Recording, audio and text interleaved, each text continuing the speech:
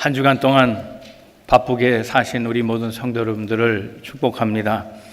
우리 인생이 참 바쁩니다. 특별히 이민사회 속에 살아가는 우리 한국 사람은 부지런하고 또 바쁩니다. 근데 문제는 바쁘기는 하는데 쉼을 얻을 수가 없다는 겁니다. 우리는 바쁜 것이 관성이 됐습니다. 그래서 쉴 때도 일하고 있습니다. 머릿속으로는 계속 일을 합니다. 마음속으로는 쉬는 것이 길티입니다. 쉐임이 있습니다. 죄의식을 갖습니다. 쉬어서는 안 되는데 하는 마음이 있습니다. 우리 그리스도인들은 세상 사람들보다 짐의 무게를 더 얹어놓은 것 같은 그런 느낌을 받을 때가 있습니다. 한 주간 세상 사람하고 똑같이 살아갑니다. 분주하게 살았습니다. 그런데 주일마저도 쉬지 못합니다. 주일은 주일 일을 해야 합니다. 예배 드려야 합니다. 온갖 봉사를 다 해야 합니다. 주일로 끝나지 않습니다. 수요 예배도 참여하게 합니다.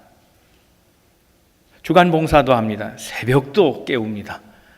부족한 잠도 충분히 자지 못하고 새벽에 기도해야 될 것만 같은 부담이 우리에게 있습니다.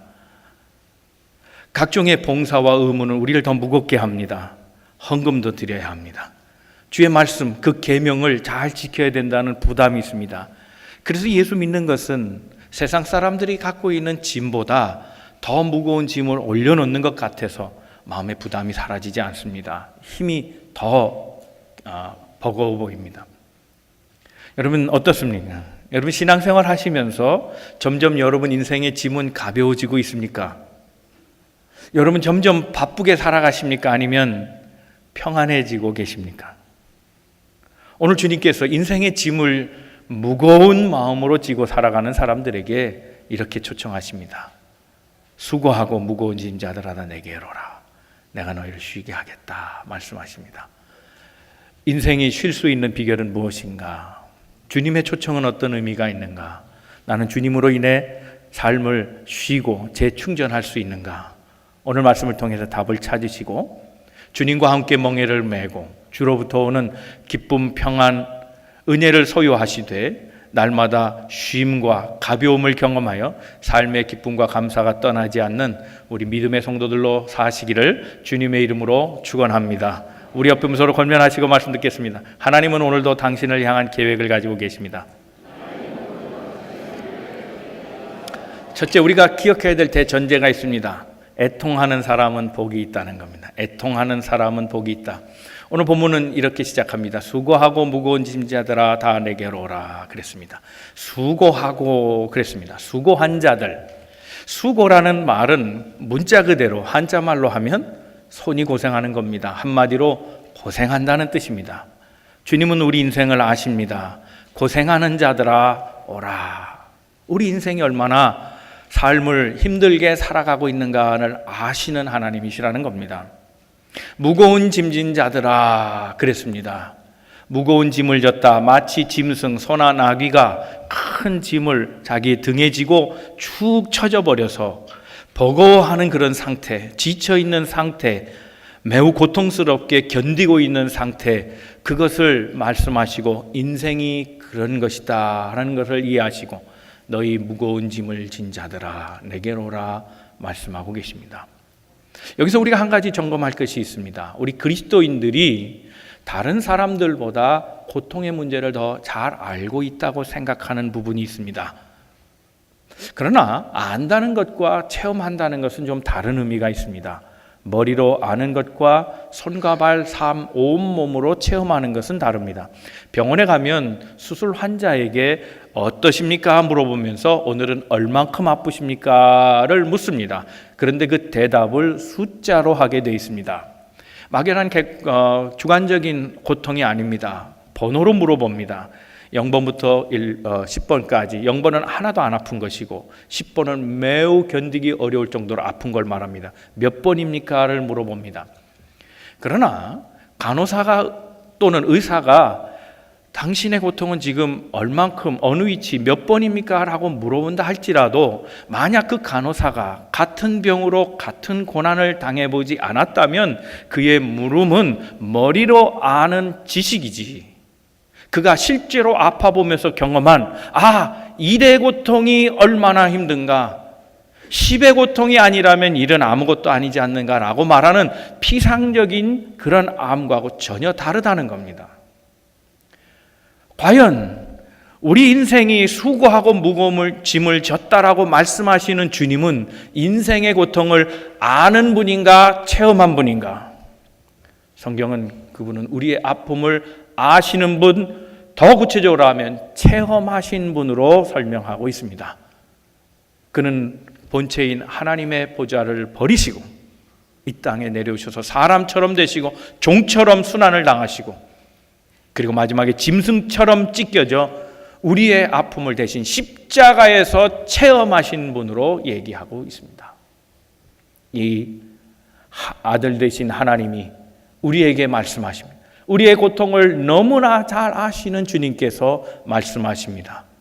내게로 오라. 함께 멍에를 지자. 내 짐을 가볍게 해주고 너를 쉬게 하겠다고 말씀하고 있습니다.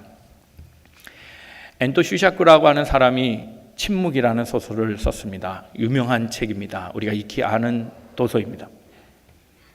이 책에서는 17세기 일본의 기독교에 선교하러 갔던 사람들과 그 믿음을 함께한 일본 사람들이 얼마나 고통을 받고 있는가 하는 것을 설명해 주는 그런 책입니다. 이 책에서 엔토 슈샤크는 자기가 하고 싶은 그 질문을 17세기 사람들의 말을 빌어서 얘기합니다. 우리가 고통받을 때 하나님은 어디에 계셨는가 하는 겁니다. 믿음을 지키면서 순교하는 그 현장에, 그 피를 흐리는 현장에 하나님이 지금 함께 계시는가 하는 겁니다. 주님은 내 아픔을 아시고 내가 수치와 모멸 속에 있는 것, 그걸 과연 보고 계신가 하는 것을 질문하고 있습니다. 매우 오래된 인간의 질문입니다. 아픈 사람은 나 소리를 냅니다. 내 사정을 아는 사람이 있는가? 나를 이해해 줄 사람이 누구인가? 이 고통을 함께 할 자가 누구인가? 우리는 사람을 향해 외칩니다.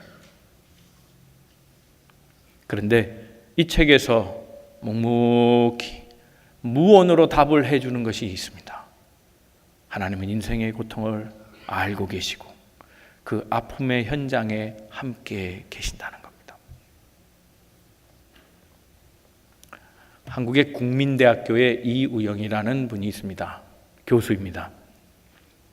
이분은 교수지만 고등학교를 졸업하지 못했습니다. 그 어느 방송에 나와서 인터뷰하는 것을 제가 들었습니다. 그는 고등학교 1학년을 들어가서 며칠 다니지 않고 중퇴를 합니다. 학비가 없어서 그렇습니다. 그는 자신의 처지를 매우 비관했습니다. 내 인생이 이렇게 시작되고 이렇게 끝날 것인가? 마구마구 좌절하고 방황하면서 그는 닥치는 대로 일했습니다. 그 일에 일을 더하며 돈벌이를 하게 되면서 그는 자기 삶에 대해서 질문을 던졌습니다. 그리고 괴로워하다가 기도원에 들어갔다는 겁니다. 기도원에서 몇 날 며칠 오랫동안 기도하고서 그리고 산에서 내려와 첫 번째 얻은 잡이 학원에서 청소하는 것입니다. 그는 청소하다가 몰래 청강합니다. 무료로 공부할 수 있는 기회가 생겼습니다. 그리고 그 다시 감추어졌던 향학열이 끓어오르면서 그는 검정고시를 준비하게 됩니다. 검정고시기가 아니라 학교 수업 정규적으로 받는 학생보다 빠르게 공부할 수 있었습니다. 그럼에도 불구하고 같은 또래 아이들보다 3년이나 더 늦게 대학에 들어가게 됩니다. 그는 지나온 세월을 돌아보면서 바로 그때야말로 하나님이 자기와 함께 계셨던 것을 강력하게 느꼈던 순간이라고 얘기합니다. 그는 지금 오늘 청소년 사역을 위해 일합니다. 절망하는 청년 세대에게 비전을 심어주고 있습니다. 고통받고 내일이 없다고 말하며 잡을 얻지 못하고 젊은 시절을 학원에서 고시원에서 보내는 아이들, 그 아이들을 위해 삶의 가이드를 해줍니다. 만약 그때에 그 하나님이 고통 가운데 나를 붙잡고 계셨다는 그 경험이 없었다면 자기는 오늘의 사역을 감당할 수 없을 거라고 그렇게 얘기합니다. 그는 자기의 삶을 이렇게 비유합니다. 여기 종이가 있습니다. 이 종이를 내 뜻대로 날려보내고자 할 때 그 종이는 멀리 날아가지 않을 거라는 겁니다. 그런데 그의 인생은 마치 구겨진 종이처럼 조금의 아픔, 슬픔, 경험, 상처들을 경험하면서 난 갈기갈기 찢어지고 뭉그러져 버렸습니다. 그러나 이 고통의 순간이 하나님 손에 잡혔을 때 그는 멀리 날아갈 수 있었다는 겁니다. 하나님이 나와 함께 하신다는 걸 알게 됐을 때 그는 삶을 절망 가운데 있었지만 다시 희망을 품고 시작할 수 있었다는 겁니다. 여러분 잘 아시는 헤르만 헤세의 책의 내용이 그런 겁니다. 하나님이 함께 하신다는 걸 믿는 사람에게는 그 고통마저도 위로의 순간으로 연결됩니다. 주님께서 우리에게 그런 말씀을 주셨습니다. 애통하는 자는 복이 있다 그랬습니다. 마태복음 5장 4절의 말씀입니다. 같이 말씀을 한번 다 아는 말씀이지만 마음을 모아서 한번 읽어보겠습니다. 시작. 애통하는 자는 복이 있나니 그들이 위로를 받을 것이요. 애통하는 자는 복이 있나니 그들이 위로를 받을 것이다. 주님이 약속해 주셨습니다. 이 말씀은 이루어질 줄로 믿습니다. 오늘 애통하는 모든 분들에게 하나님의 위로가 함께 하시기를 주님의 이름으로 축원합니다. 그러나 여러분 기억할 것이 있습니다. 모든 고통이 다 하나님의 위로를 받는가 하는 겁니다. 답은 아닙니다. 그러나 애통하는 자가 복이 있다 하는 말씀에는 감추어 준 뜻이 있다는 것을 발견할 수 있습니다. 고통 중에도, 애통하는 중에도, 고난 속에서도 하나님이 나와 함께 하심을 믿는 자에게는 그 고통 속에서 하나님의 위로가 더해질 것이라는 그런 믿음입니다. 말씀드린 헤르만 헤세의 내용 가운데 기도라는 제목이 있습니다. 헤르만 헤세가 시를 썼는데 이 기도는 절망에 처하게 하소서, 절망하게 하소서 하는 제목으로 널리 알려져 있습니다. 그 시를 제가 잠깐 소개합니다. 하나님이시여 저를 절망케 해주소서. 당신에게서가 아니라 나 자신에게 절망하게 하소서. 나로 하여금 미혹의 모든 것을 맛보게 하시고 온갖 고뇌의 불꽃을 핥게 하소서. 온갖 모욕을 겪도록 하여 주시옵고 내가 스스로 지탱해 나감을 돕지 마시고 내가 발전하는 것도 돕지 마소서. 그러나 나의 자아가 송두리째 부서지거든 그때에는 나에게 가르쳐 주소서. 뒷부분은 같이 읽겠습니다. 시작.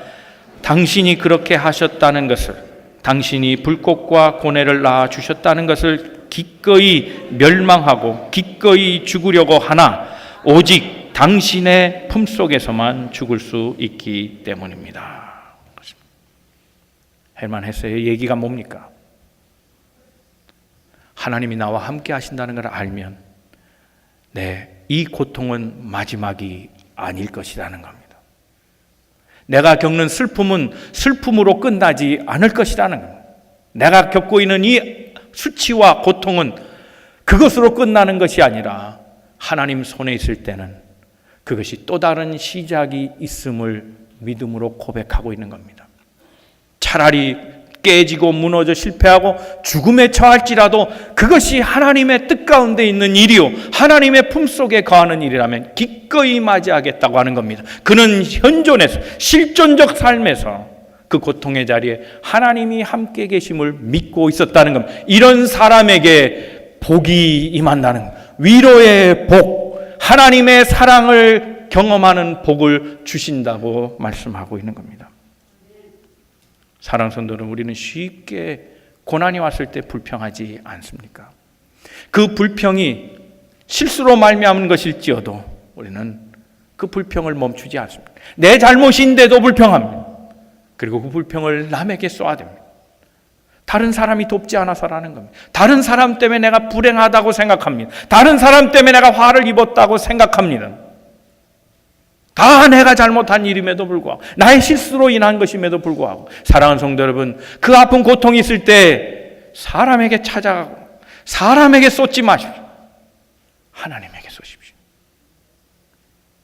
하나님이 우리 고통당하는 인생을 위로하신다고 말씀해 주고 있습니다.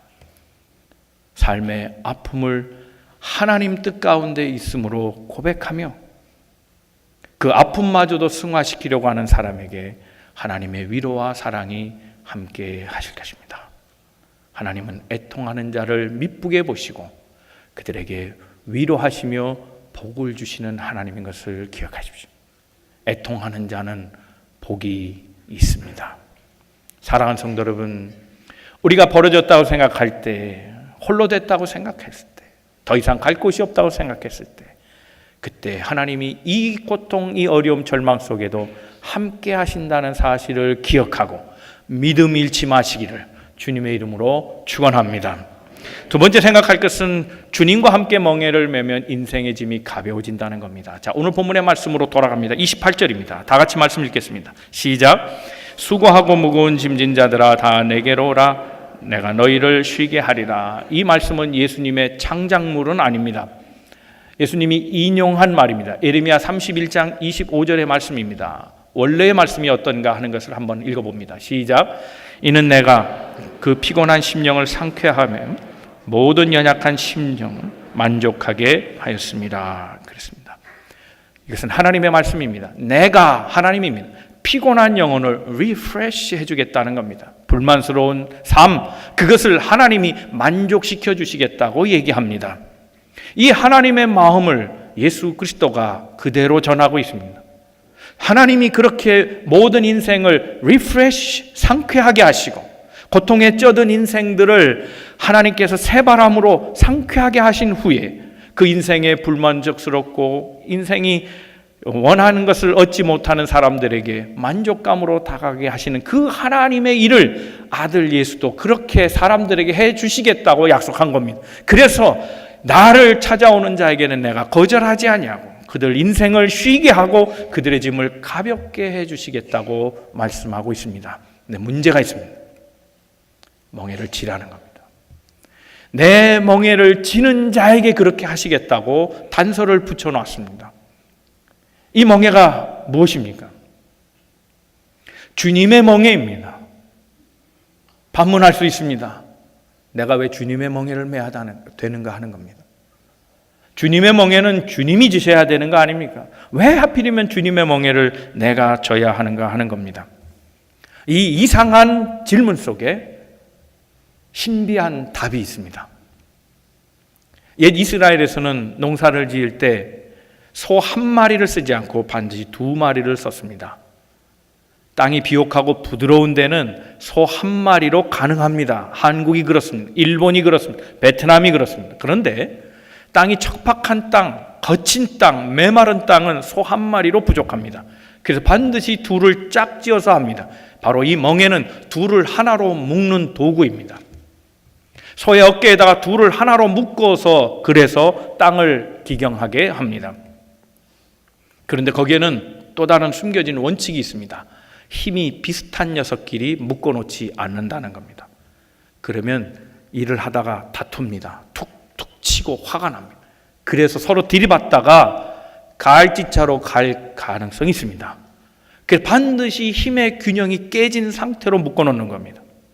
순놈끼리도 붙여놓지 않습니다. 암놈끼리도 붙여놓지 않습니다.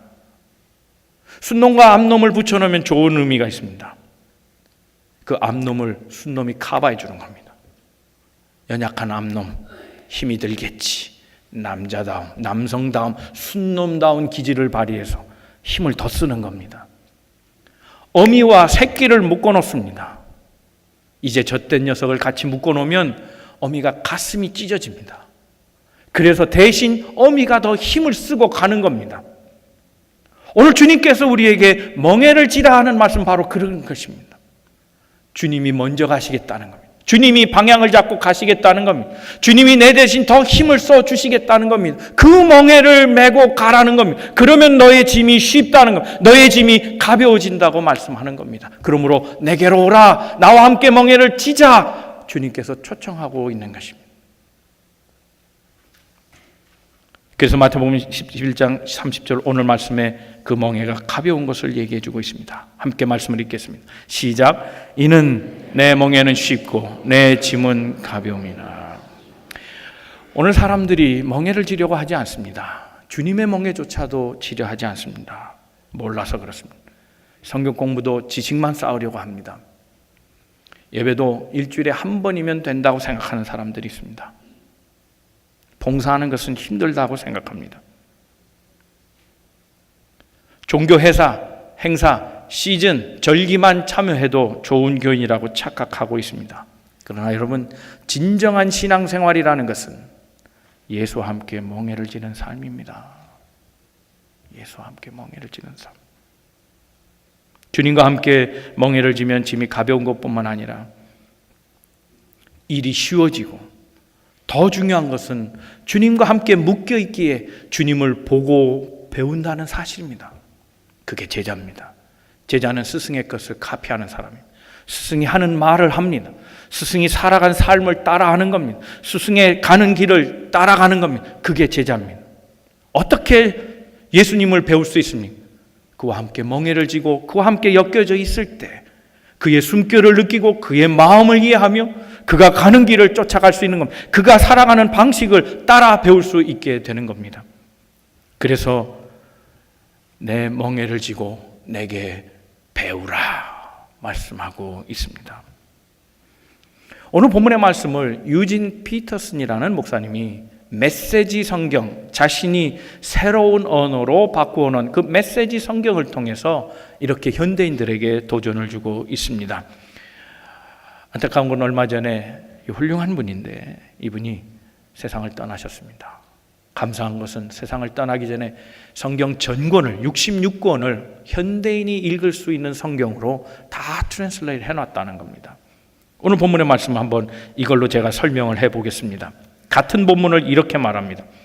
너희는 피곤하고 지쳤느냐? 종교 생활에 탈진했느냐? 나에게 오너라. 나와 함께 길을 나서면 너희 삶은 회복될 것이다. 내가 너희에게 제대로 쉬는 법을 가르쳐 주겠다. 나와 함께 걷고 나와 함께 일하여라. 내가 어떻게 하는지 잘 보아라. 자연스러운 은혜의 리듬을 배워라. 나는 너에게 무겁거나 맞지 않는 짐을 지우지 않는다. 나와 함께 있으면 자유롭고 가볍게 사는 것을 배울 것이다 라고 얘기합니다. 우리는 죄 사역을 할 때 지쳤다는 표현을 많이 씁니다. 일이 어렵다고 얘기합니다. 심지어는 주의 일을 하다가 상처를 받았다고 얘기합니다. 그래서 더는 못하겠다는 겁니다.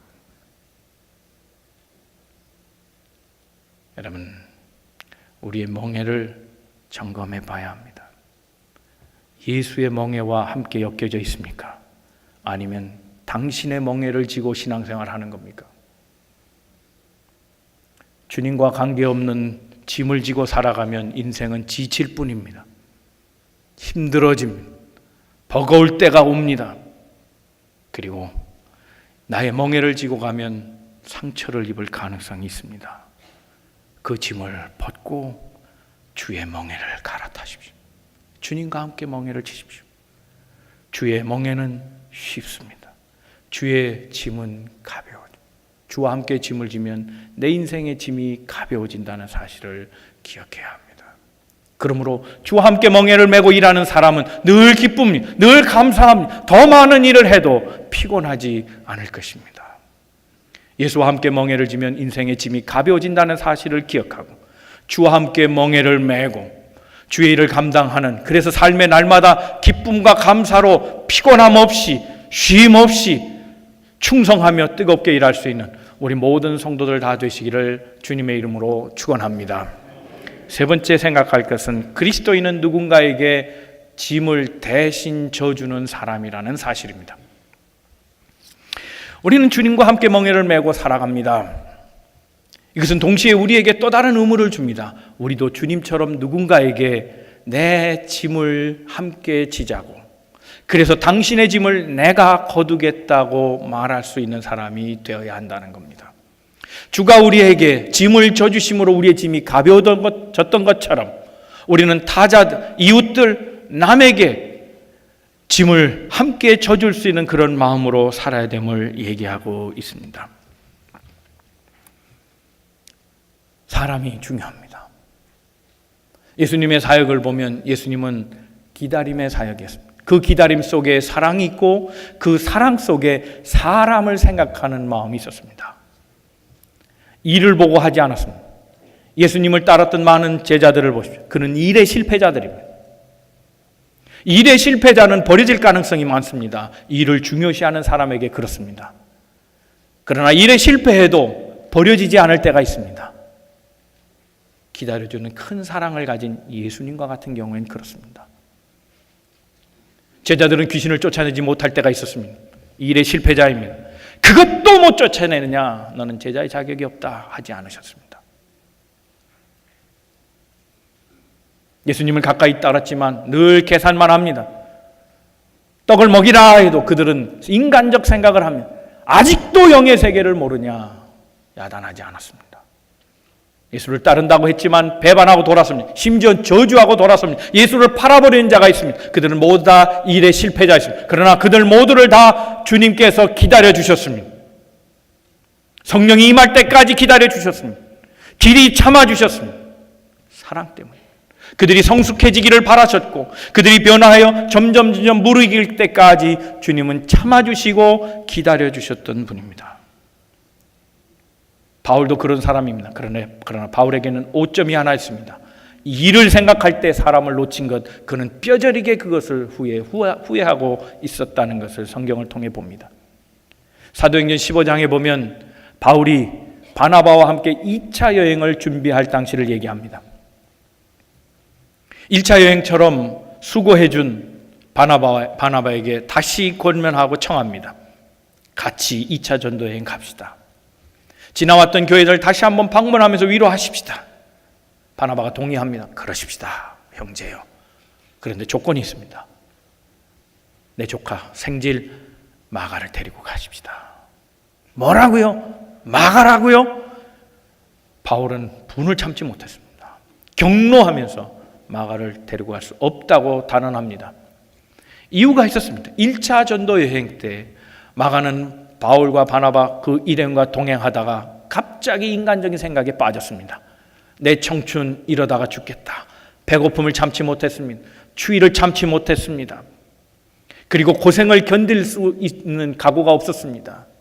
목숨의 위협을 느낄 때 이러다간 화를 당하지 생각하고 그는 돌이켜 자기 집으로 가고 말았습니다. 일을 망칠 뻔한 겁니다. 그 사람 때문에 복음이 전해지지 않는다면, 방해를 받는다면 이는 참을 수 없는 일로 생각하고 2차 전도 여행 때 그 실패자를 다시 데리고 가는 것에 동의할 수가 없었다는 겁니다. 결국 이 문제로 둘이 대판 싸우고 둘은 갈라지고 다시는 만나지 않습니다. 그러나 바울이 사역의 마감 시간에, 인생의 마지막에 이를 매우 후회하고 마가가 그립고 마가가 보고 싶고 마가를 그래서 데리고 오라 말합니다. 일 때문에 사람을 놓친 것을 후회하고 있는 겁니다. 여러분, 어머니의 품이 좋은 이유가 뭡니까? 다 자식을 받아주기 때문에 그렇습니다. 누가 뭐라 해도 내 자식은 다 받아주십니다. 조국이 좋은 이유가 뭡니까? 자기 국민을 다 받아주기 때문에 그런 겁니다. 예수님이 좋은 이유가 뭡니까? 다 받아주셨기 때문입니다. 예수님은 실패한 자들을 다 받아주셨습니다. 가늠하다 들킨 여인을 받아주셨습니다. 자신을 판 유다도 받아주시고 배반했던 베드로도 받아주시고 민족의 피를 빨아먹었던 이 삭개와 같은 세리도 다 받아주셨습니다. 똑똑하다고 말하지만 영생을 몰랐던 니고데모까지도 다 받아주셨습니다. 예수님을 만난 사람들 다 받아주셨습니다. 여러분, 받아주기야말로 정말 예수를 닮아가는 중요한 과정입니다. 여러분, 잘난 사람은 어떻게 하든지 받아줄 이유를 찾아내는 사람입니다. 그게 잘난 사람입니다. 못난 사람은 어떻게 하든지 받아들이지 못하는 이유만 찾고 계속 찾아내는 사람, 이게 못난 사람입니다. 얼마나 잘났길래, 얼마나 콧대가 높길래 못 받아주는 겁니까? 여러분, 받아주기에 실패한 사람, 콧대가 높은 사람은 영적인 축농증에 걸립니다. 축농증 걸린 사람 아시죠? 콧소리가 계속 납니다. 영적인 축농증에 걸린 사람은 계속 투덜댑니다. 킁킁거리고 향기를 맡지 못하고 자기 콧 속에 있는 썩은 액체를 맡고 살아갑니다. 받아주는 사람이 큰 사람 아닙니다. 내 마음속에 한 사람 받아주지 못하면 어떻게 위대한 인물이 되며 어떻게 제자로 말하며 어떻게 그리스도인이라고 얘기할 수 있겠습니까? 여러분의 마음에 누구를 받아주고 계십니까? 여러분, 받아줌은 기적을 창출하는 도구입니다. 예수님이 받아준 사람들을 보십시오. 남편이 5이나 되는 여인을 받아주실 때 그는 기적이 일어났습니다. 사마리아 성으로 돌아가서 그는 복음 전도자로 쓰임받게 됐습니다. 자신을 핍박하는 사울, 내가 어찌하여 나를 핍박하느냐?